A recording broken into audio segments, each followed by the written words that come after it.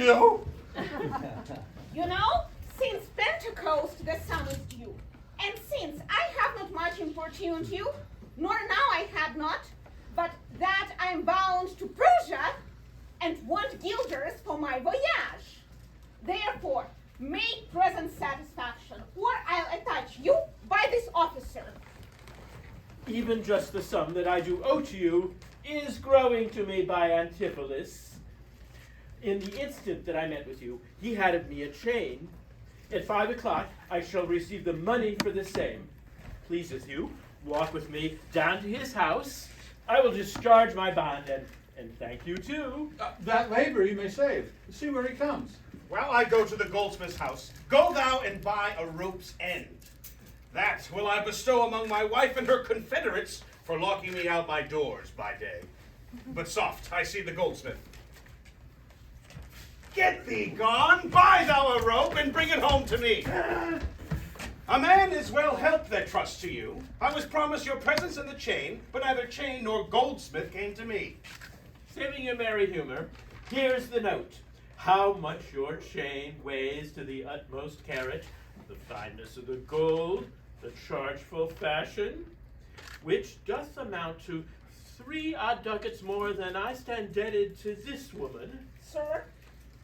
I pray you see her, presently discharged, for she is bound to sea, and stays but for it. I am not furnished with the present money. Besides, I have some business in the town. Good senor, take the stranger to my house, and with you take the chain, and bid my wife disperse the sum on receipt thereof. Perchance I will be there as soon as you. Then you will bring the chain to her yourself. No, bear with you, lest I come not time enough. Very well, sir, I will. Have you the chain about you? And if I have not, I hope you have, or else you may return without your money. Nay, come, I pray you. Give me the chain.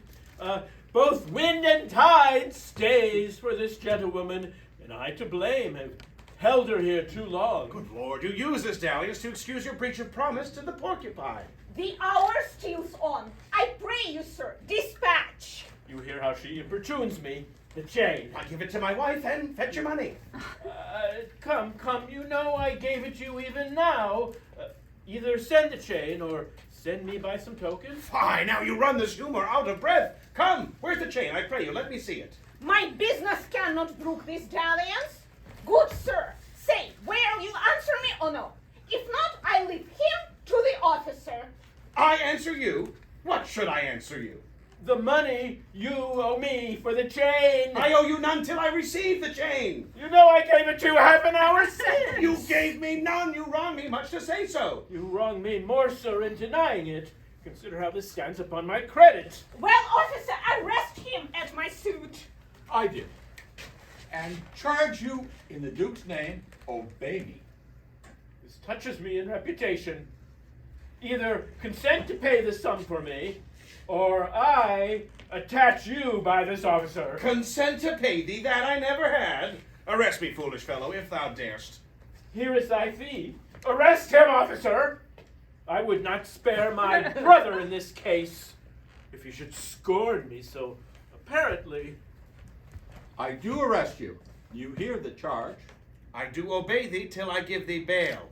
But you, sirrah, shall buy this sport as dear as all the metal in your shop will answer. Sir, I shall have law in Ephesus, to your notorious shame. I doubt it not. Master! There's a ship at Epidamnum that stays until her owner comes aboard, and then, sir, she bears away. Our freighted, sir, I have conveyed aboard. Oh, now, a madman? Why, thou peevish sheep, what ship of Epidamnum stays for me? A ship you sent me to hire waftage. Thou drunken slave, I sent thee for a rope. You sent me to the bay, sir, for a bark. I will debate this matter at more leisure, and teach your ears to list me with more heed. To Adriana villain, hie thee straight. Give her this key, and tell her, in the desk that's covered all in Turkish tapestry, there is a purse of ducats. Let her send it. Tell her that I am arrested in the street, and that shall bail me. Hie thee, slave. Be gone. On, officer, to prison. till it come.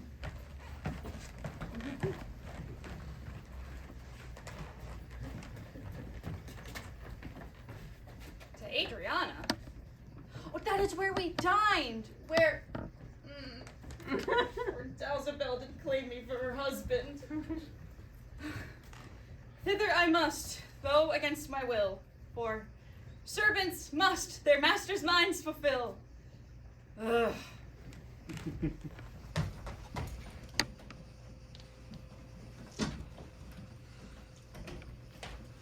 Oh, Luciana, did he tempt thee so? Mightst thou perceive austerely in his eye that he did plead in earnest, yea or no? Looked he or red or pale or sad or merrily? What observations makest thou in this case of his art's meteors tilting in his face? First, he denied you had in him no right. Meant he did me none, the more my spite. Then swore he that he was a stranger here. And true he swore, though yet forsworn he were. Then pleaded I for you. And what said he? That love I begged of you, he begged of me. With what persuasion did he tempt thy love? With words that in an honest suit might move.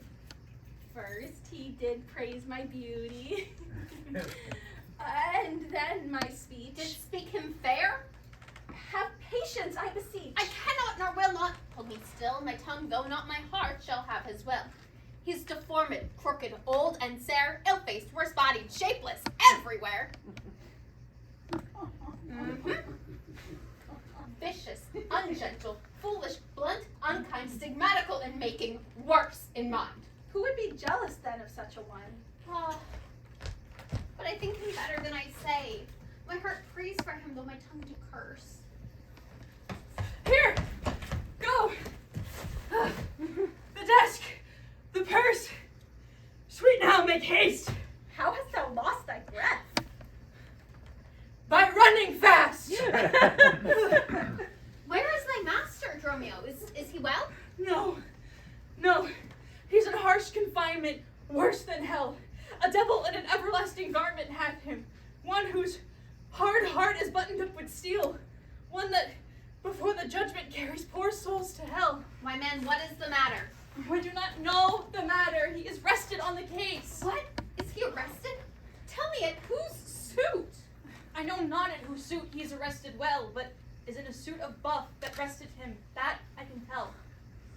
Will you send him, mistress, redemption, the money in his desk? Go fetch it, sister. This I wonder at, that he, unknown to me, should be in debt. Tell me, was he arrested on a band? Not on a band, but on a stronger thing. A chain. A chain. Do you not hear it ring? What, the chain? No, the bell. Tis time that I were gone. Romeo, there's the money, bear it straight, and bring thy master home immediately.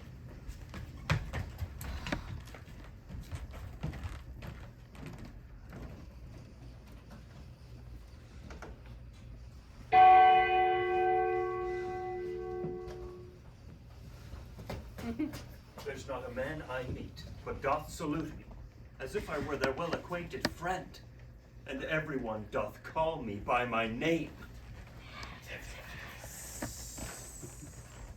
Some tender money to me. Some invite me. Some other give me thanks for kindnesses. And some offer me commodities to buy. And even now, a tailor called me in his shop and showed me silks that he had bought for me. Sure, these are but imaginary wives, and Lapland sorcerers inhabit here.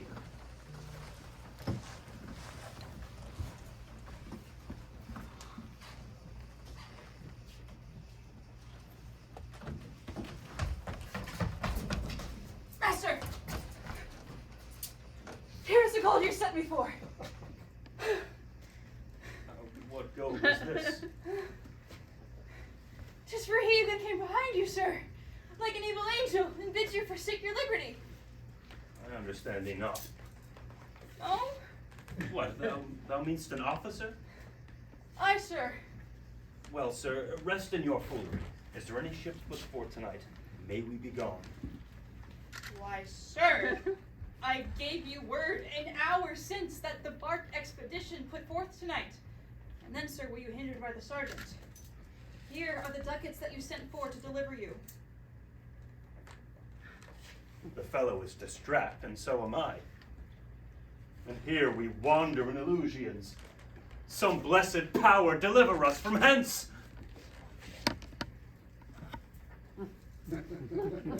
Well met, Master Antipholus. I see you have won the gold mission now. Is that chain you promised me today? Satan! Avoid! I charge thee, tempt me not. Master, is that Mistress Satan? It is the devil. Nay, she's worse. She's the devil's dam. Come not near her. You and you are marvelous, Mary. Will you go with me? We will make our dinner here. Master, if you do, bespeak a long spoon. Why, Dromio? Married, sir, he must have a long spoon that must eat with the devil. Avoid, then, fiend. What? Tell'st thou me of supping? Thou art, as you are all, a sorceress. I conjure thee to leave me and be gone. Give me the chain of mine you had at dinner, or for my diamond, the chain you promised, and I will be gone, sir, and not trouble you. Some devils ask what the pairings of one's nail, a rush, a hair, a drop of blood, a pin, a nut, a cherry stone. But she more covetous would have a chain. Master, be wise. And if you give it her, the devil will shake her chain and fright us with it. My chain or else the ring. I hope you do not mean to cheat me so. Avaunt, thou witch! Come, Dromio, let us go. Now, out of doubt, Antipholus is mad. Else, he will never so demand himself. A chain he has of mine worth 40 ducats, and for the same he has promised me a chain. Both one and other he denies me now. And the reason why that I said that he is mad, beside of this present instant of his rage, is a matter that he told me today at dinner of his own doors being shut against his entrance. Feel like his wife, acquainted with his feet, on purpose shut the door against him. My way now is to hie home to his house and tell his wife, oh, being lunatic, he rushed into my house and took Rufus my ring away.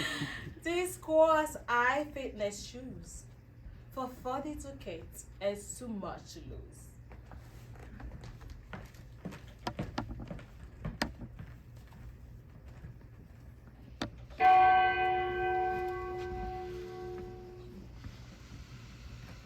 Fear me not, man. I will not break away. Here comes my man. I think he brings the money. How now, sir, have you that I sent you for? Yes, I warned you. We'll pay them all. But where's the money? Why, sir, I gave the money for the rope. 500 ducats, villain, for a rope. Patience, good sir. Dangerously patient. I never succeed.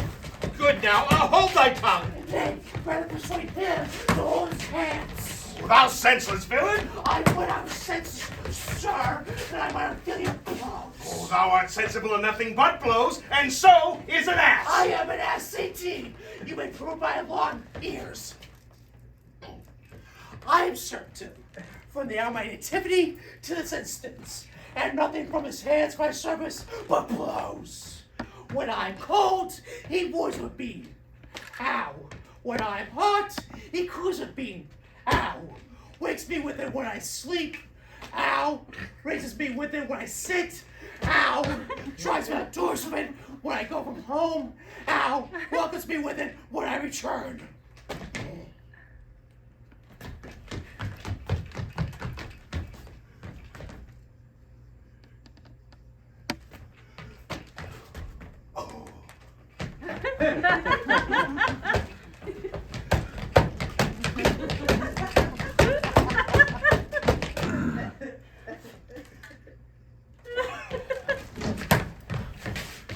Come along, my wife is coming yonder. Mistress, beware the rope's end.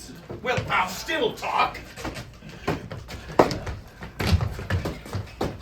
How say you now? Is not your husband mad? His incivility confirms no less. Good Dr. Finch, you are a conjurer. Establish him in his true sense again, and I will please you what you will demand. Alas, how fiery and how sharp he looks. And look how he trembles in his ecstasy. Give me your hand and let me feel your pulse. There is my hand, and let it feel your ear. I chide thee, Satan, housed within this man, to yield possession to my holy prayers, and to thy state of darkness hie thee straight. I conjure thee by all the saints in heaven. Peace, young wizard, peace! I am not mad! Well, that thou wert not poor distress of soul. Oh, you minion, you. Are these your customers? Did this companion with the saffron face revel and feasted at my house today? Whilst upon me the guilty doors were shut, and I denied to enter in my house? Oh, husband, God doth know you dined at home. Dined at home? Thou villain, what sayest thou? Sir, sooth to say, you did not die at home. How? Were not my doors locked and I shut out? By God, your doors were locked and you shut out. How? Did not she herself revile me there? Doubtless she did herself revile you there. How? Did not her kitchen maid rail, taunt, and scorn me? Certain she did. The kitchen vessel scorned you. How? Did not I, enraged, depart from thence? And verily you did. Ah. My bones bear witness. Thou hast suborned the goldsmith to arrest me. Alas, I sent you money to redeem you by Dromio here, who came in haste for it. Money by me? Went'st not thou to her for a purse of ducats? He came to me, and I delivered it. And I am witness with her that she did. God and the robe maker bear me witness that I was sent for nothing but a robe. Mistress! Both man and master is possessed. I know it by their pale and deadly looks. They must be bound and laid in some dark room. Say, wherefore didst thou lock me forth today? And why dost thou deny the bag of gold? I did not, gentle husband, lock thee forth. And gentle master, I received no gold, but I do confess that we were locked down. Dissembling villain, thou speakst false in both. Dissembling harlot, thou art false in all, and art confederate with the damned pack to make a loathsome, abject scorn of me. But with these nails, I'll pluck out those false eyes that would behold me, this shameful sport. Bind his man too, for he is frantic. What, will you murder me? Oh, thou officer, I am thy prisoner. Wilt thou suffer them to make a rescue? Masters, let him go! He's my prisoner, and you shall not have him. What wilt thou do, thou peevish officer? Hast thou delight to see a wretched man do outrage and displeasure to himself? He is my prisoner. If I let him go, the debt he owes will be required of me. I will discharge thee ere I go from thee. Bear me forthwith unto his creditor, and knowing how the debt grows, I will pay it. Good master doctor, see him safe conveyed home to my house. Oh, most unhappy day. Oh, most unhappy strumpet. Oh, God help poor souls. go bear him hence! Come with me.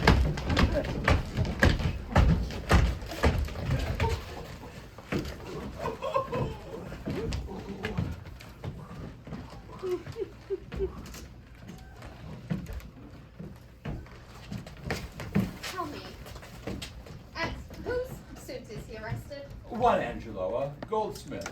Do you know him? I know the man. What is the sum he owes? 200 ducats. Say, how grows it due? Due for a chain your husband had of him. He did bespeak a chain for me, but had it not? When has your husband, all enraged today, came to my house and took my ring away. The ring I saw upon his finger now, straight after the man with a shame. It may be so, but I did never see it. Come, officer, bring me where the goldsmith is. I long to know the truth hereof at large.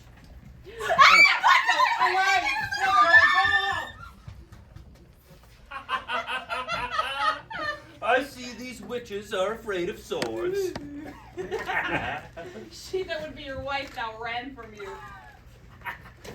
Come to the centaur, fetch our stuff from thence. I long that we were safe and sound aboard. Oh, faith, sir. Stay here this night. Surely they will do us no harm. You saw they speak us fair, give us gold.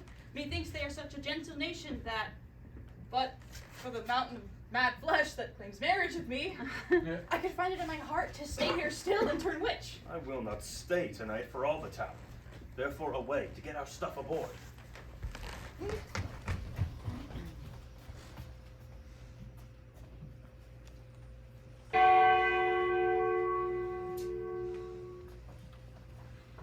I am sorry, ma'am, that I have hindered you, but I protest he had the chain of me, though most dishonestly he doth deny it. How is the man esteemed here in the city? A very reverend reputation, man, of credit infinite, highly beloved, second to none that lives here in the city. His word might bear my wealth at any time. Speak softly, yonder as I think he walks.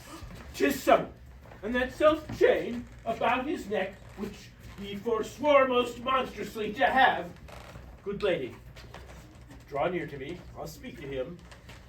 Signor Antipholus, I wonder much that you would put me to this shame and trouble, and not without some scandal to yourself, with circumstance and oath, so to deny this chain which now you wear so openly. Besides, the shame, the charge, imprisonment, you have done wrong to this my honest friend, who, but for staying on our controversy, had hoisted sail and put to sea today. This chain you had of me, can you deny it? I think I had. I never did deny it. Yes, you did, sir, and forswore it too. Who heard me to deny it or forswear it? These ears of mine, thou knowst, did hear thee. Fie on thee, wretch! 'Tis pity that thou leavest to walk where any honest man resort. Thou art a villain to impeach me thus. I'll prove mine honor and mine honesty. Against thee presently, if thou darest stand. I dare and do defy thee for a villain!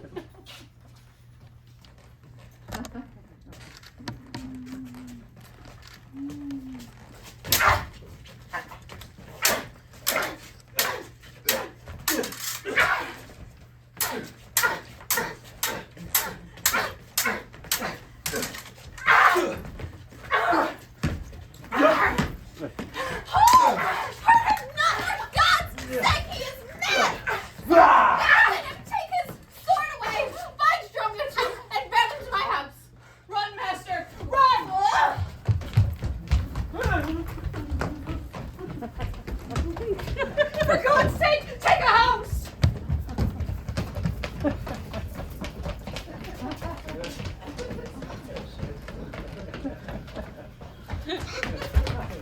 This is some prairie! We are spoiled!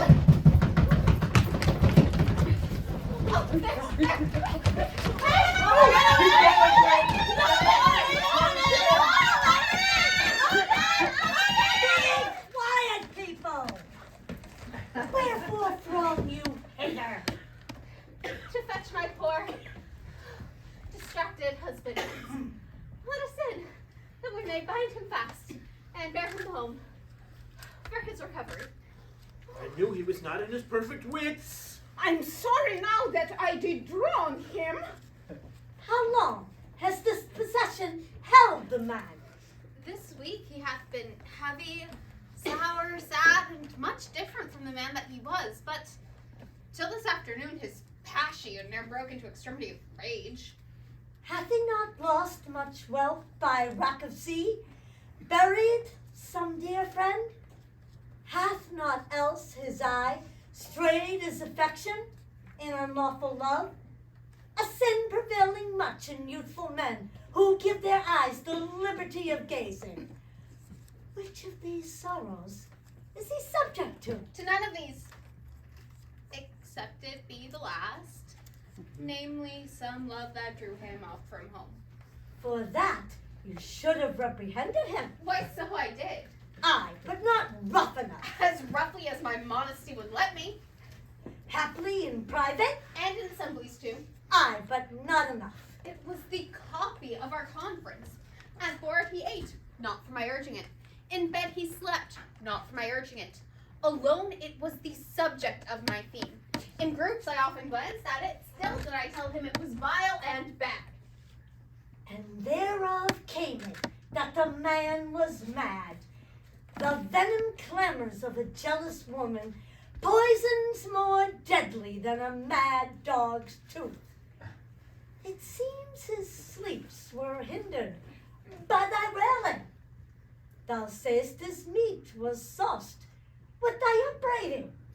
Thou sayest his sport was hindered by thy brawls, in food, in sport, in life-preserving rest.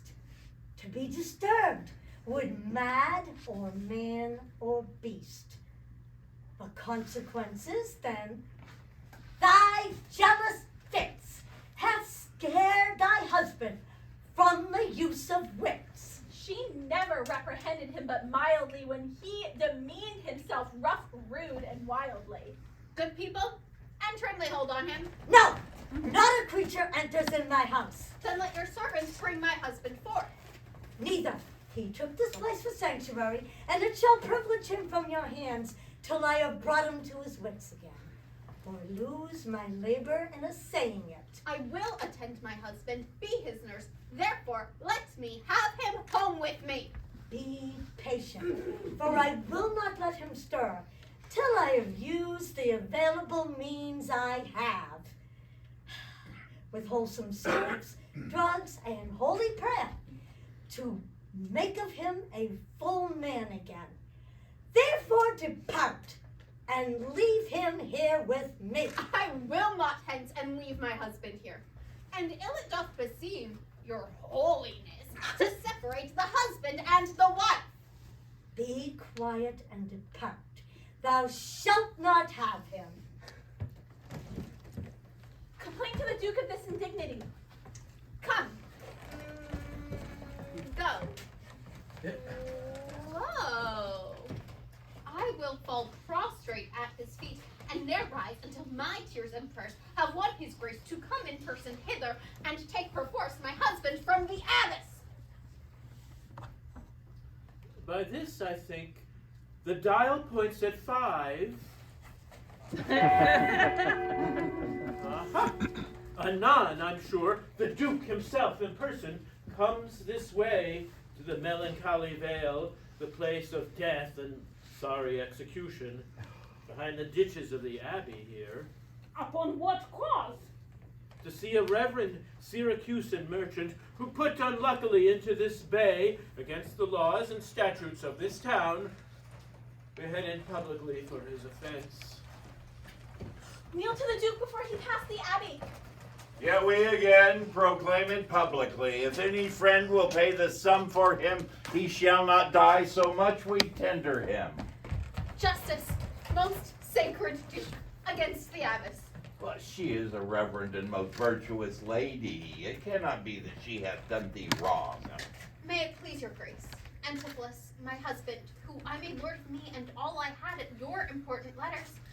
This ill day, a most outrageous fit of madness took him, that desperately he hurried through the streets, with him his bondmen, all as mad as he, doing displeasure to the citizens by rushing in their houses, bearing beds, rings, jewels, anything his rage should like. Once did I get him bound and sent him home, whilst to take order for the wrongs I went that here and there his fury had committed. Anon I wot not by what strong escape he broke from those that had been bond of him, and with his mad attendant and himself, each one with ireful passion, with drawn swords, met us again, madly bent on his chase his way, till raising our aid, we came again to bind them, then they ran into the abbey, whither we pursued, and here the abbot shuts the gates on us, and walls up raising for every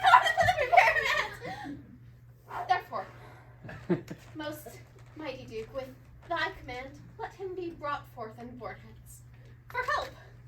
Thy husband served me nobly in my wars, and I to thee engaged a prince's word when thou didst make him master of thy bed, to do him all the grace and good I could. Go, some of you, knock at the abbey gate. I will determine this before I stir. Oh, mistress, shift and save yourself. My master and his men have both broke loose and come this way. Peaceful! Thy master and his men are here, and this is false thou dost report to us. Mistress, upon my life, I tell you true, he cries for you and vows if he can take you to scorch your face and disfigure you. Ah!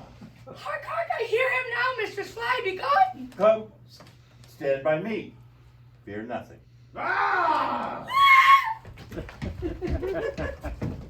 I mean, it is my husband. Witness you that he is born about invisible. Even now, we housed him in the abbey here. And now he's there.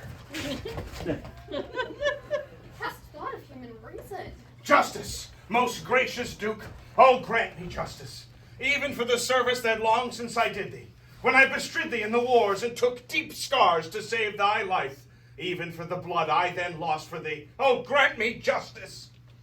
Unless the fear of death doth make me dote, I see my son, Antipholus, and Romeo. Justice, sweet prince, against that woman there, she whom thou gavest me to be my wife. Beyond imagination is the wrong that she this day hath shameless thrown on me. Discover how, and thou shalt find me just. This day, great Duke, she shut the doors upon me, while she with harlots feasted in my house. Oh, grievous fault. Say, woman, didst thou so? No, my good lord. Myself, he, and my sister today did dine together, so befall my soul, as this is false he pardons me withal. Oh. Ne'er may I look on day nor sleep on night, but she tells to your highness simple truth. Oh, a perjured woman, they are both forsworn. In this the madman justly charges them. Oh. My liege, I am advised what I say. Neither disturbed with the effect of wine, nor heady rash provoked with raging ire, albeit my wrongs might make one wiser mad. This woman locked me out this day from dinner. That goldsmith there, were he not packed with her, could witness it, for he was with me then, who parted with me to fetch a chain, promising to bring it to the Porcupine, where Balthazar and I did dine together. Our dinner done, and he not coming thither, I went to seek him. In the street I found him, and in his company that woman was. There this perjured goldsmith swore me down that I this day of him received the chain, which God he knows I saw not, for the which he did arrest me with an officer. I did obey, and sent my peasant home for certain ducats. He, with none, returned. Then fairly I bespoke the officer to go in person with me to my house. By the way, we met my wife, her sister, and a rabble more of vile confederates. Among them they brought one Pinch, a hungry, lean-faced villain, a living dead man. This pernicious slave took on him as a conjurer, and, gazing in mine eyes, feeling my pulse, cries out I was possessed. Then all together they fell upon me, bound me, bore me thence, and in a dark and dankish vault at home there left me and my man, both bound together, till, gnawing with my teeth, my bonds in sunder, I gained my freedom, and ran immediately hither to your grace, for whom I beseech ample satisfaction for these deep shames and great indignities. My lord, in truth, thus far I witnessed with him that he dined not at home, but was locked out. But had he such a chain of thee or no? He had, my lord, and when he ran in there, these people saw the chain about his neck. Besides, I will be sworn these ears of mine heard you confess you had the chain of him, after you first forswore it on the mart, and thereupon I drew my sword on you. And then you fled into the abbey here, from whence I think you are come by miracle. I never came within these abbey walls, nor ever didst thou draw thy sword on me. I never saw the chain, so help me heaven. And this is false, you burden me with all. What an intricate impeach is this? I think you all have drunk of Circe's cup. If here you housed him, here he would have been. If he were mad, he would not plead so coldly. You say he dined at home. The goldsmith here denies that saying. Sirrah, what say you? Sir, he dined with her there at the Porcupine. He did, and from my finger, snatched that ring. Tis true, this ring I had of her. Sawest thou him enter at the abbey here? As sure, my liege, as I do see your grace. Ah, why this is strange. Go, call the abbess hither. I think you all are mated, or stark mad. Most mighty Duke, vouchsafe me speak a word. Haply I see a friend will save my life and pay the sum that may deliver me. Speak freely, Syracusan, what thou wilt. Is not your name, sir, called Antipholus? And is not that your bondman Dromio? I'm sure you, both of you remember me. I never saw you in my life till now. Oh, grief hath changed me since you saw me last. But tell me yet, dost thou not know my voice? Neither. Dromio, nor thou? No, trust me, sir. Nor I. I'm sure thou dost. Aye, sir, but I'm sure I do not. Not know my voice? Oh, time's extremity. Hast thou so cracked and splitted my poor tongue in 7 short years that here my only son knows not my feeble key of untuned cares? Tell me thou art my son, Antipholus. I never saw my father in my life. But 7 years since in Syracuse, boy, thou knowest we parted. But perhaps, my son, thou shamest to acknowledge me in misery. The Duke and all that know me in the city could witness it is not so. I ne'er saw Syracusa in my life. I tell thee, Syracusan, 20 years hath I been patron to Antipholus, during which time he ne'er saw Syracusa. I see thy age and dangers make thee dote. Most mighty Duke, behold a man much wronged.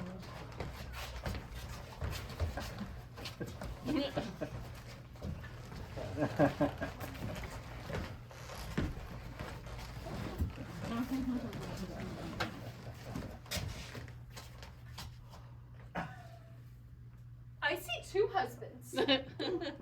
Or mine eyes deceive me?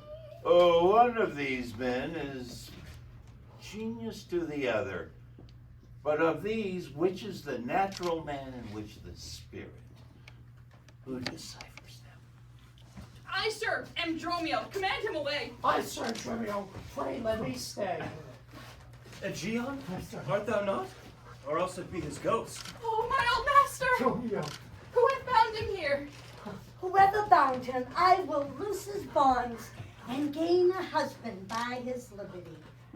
Speak, old Aegeon, if thou beest the man that hast a wife once called Amelia, that bore thee at a burden 2 fair sons. Oh, if thou beest the same Aegeon, speak, and speak unto the same Amelia. Why, here begins his morning story right. These 2 Antipholuses, these 2 so like, and these 2 Dromios, one in semblance. Besides his urging hover racket, see, these are the parents to these children met here accidentally. if I dream not, thou art Amelia.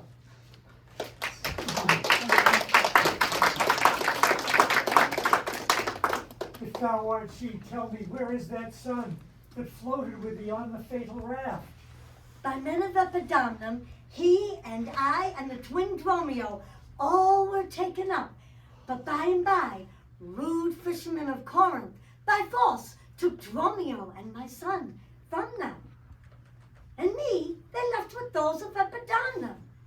What then became of them, I cannot tell. I, to this fortune that you see me in. Antipholus, thou camest from Corinth first. No, sir, not I. I came from Syracuse. Oh, nay, stand apart. I know not which is which. I come from Corinth, my most gracious lord. And I was there. Brought to that town by that most famous warrior, Duke Menaphon, your most renowned uncle. Which of you two did dine with me today? I, gentle mistress. And are not you my husband? No, I say nay to that. And so do I. And yet did she call me so? Oh, and this fair gentlewoman, her sister here did call me brother. But I told you then, I hope I shall have leisure to make good. This be not a dream I see and hear. This is the chain, sir, which you had of me. I think it be, sir. I deny it not. And you, sir, for that chain arrested me. I think I did, sir. I deny it not. I sent you money, sir, to be your bail by Dromio. But I think he brought it not. No, none by me. This purse of ducats I received from you. And Dromio, my man, did bring them me. I see we did still meet each other's men, and I was ta'en for him, and he for me. And thereupon these errors are arose. These ducats pawn I for my father here. Oh, it need not be. Thy father hath his wife.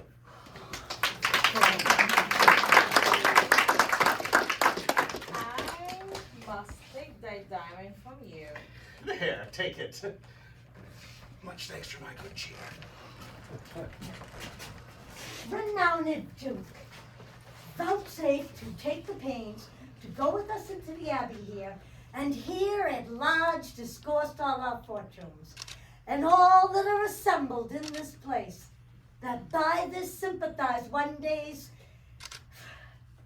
error, have suffered wrong. Go, keep us company, and we shall make full satisfaction. For 25 years have I but gone in travail of you, my sons, until this present hour, my heavy burden ne'er deliverant.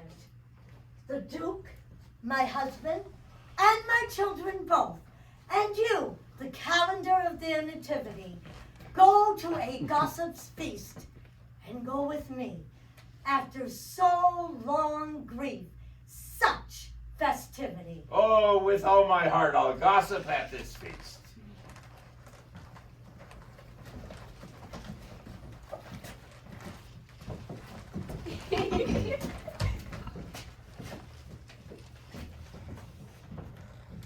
Oh, master, shall I fetch your stuff from shipboard?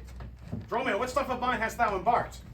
Your goods that lay at host, sir, at the Centaur. He speaks to me. I am your master, Dromio. Come, go with us. We'll look to that Anon. Embrace thy brother there. Rejoice with him.